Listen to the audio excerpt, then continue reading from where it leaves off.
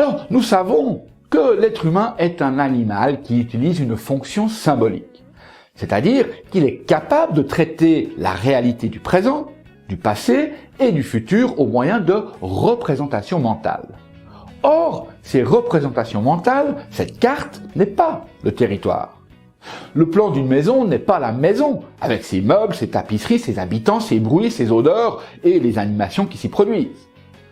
Nos cartes pourvues de filtres ne laissent passer qu'une partie des informations qui proviennent de l'environnement extérieur. En fait, nous ne recevons qu'une partie des informations de notre environnement. Et qui plus est, nous les recevons en données corrigées qui comportent une part d'approximation. Notre carte nous fournit aussi des schémas de base pour classer ces informations et pour établir entre elles des connexions. Nos modèles du monde sont donc un système de filtres qui transforme la réalité en symboles. Et nous comptons 3 différents types de filtres. Les filtres physiologiques, propres à notre espèce, les filtres socio-culturels et les filtres individuels. Les filtres physiologiques de notre espèce, qui sont nos filtres perceptifs, sont constitués de nos 5 sens.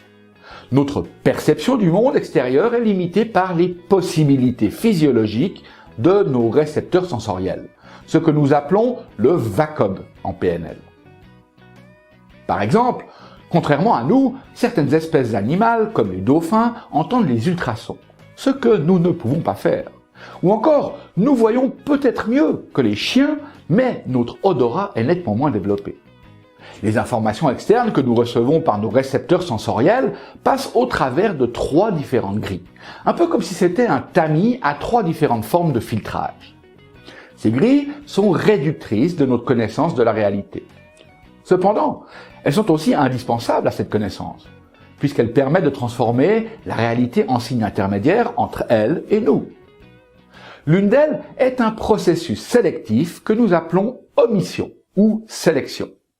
Comme son nom l'indique, cette grille sélectionne ou omet certaines informations.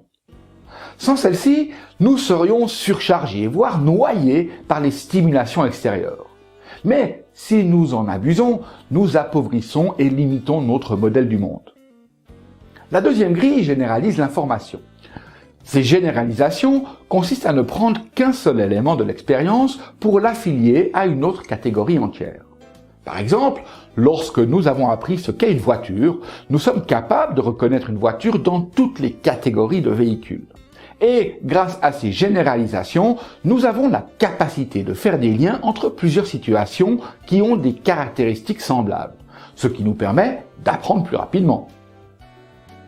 Mais cette grille peut aussi limiter nos comportements à des stéréotypes qui ne soient pas adaptés à une situation particulière. La troisième grille est celle des distorsions.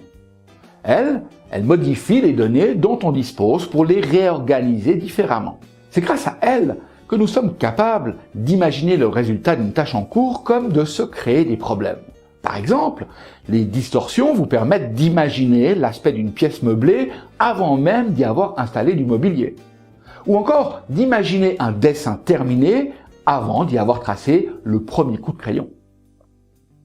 Comme vous pouvez aussi imaginer souffrir d'un cancer à la simple vue d'un grain de beauté sur votre peau. Les omissions, les distorsions et les généralisations sont dénommés les universaux du modelage en PNL. Et ceux-ci feront l'objet de vidéos spécifiques plus loin dans cette formation. Notre activité neuronale, stimulée par les impulsions transmises par nos 5 sens, s'occupe ensuite de traiter l'information et c'est notre gestion interne. Nous organisons les informations selon une procédure plus ou moins cohérente de sous-modalités sensorielles. Une stratégie qui nous est propre et qui est en quelque sorte notre programmation. Les sous-modalités sensorielles feront également l'objet d'un chapitre important au cours de cette formation. Viennent ensuite nos filtres socioculturels et individuels.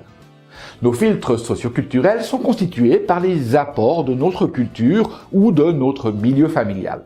D'abord, nous avons une langue maternelle et grâce à elle, nous structurons nos pensées et nous avons une solution pour nous exprimer verbalement.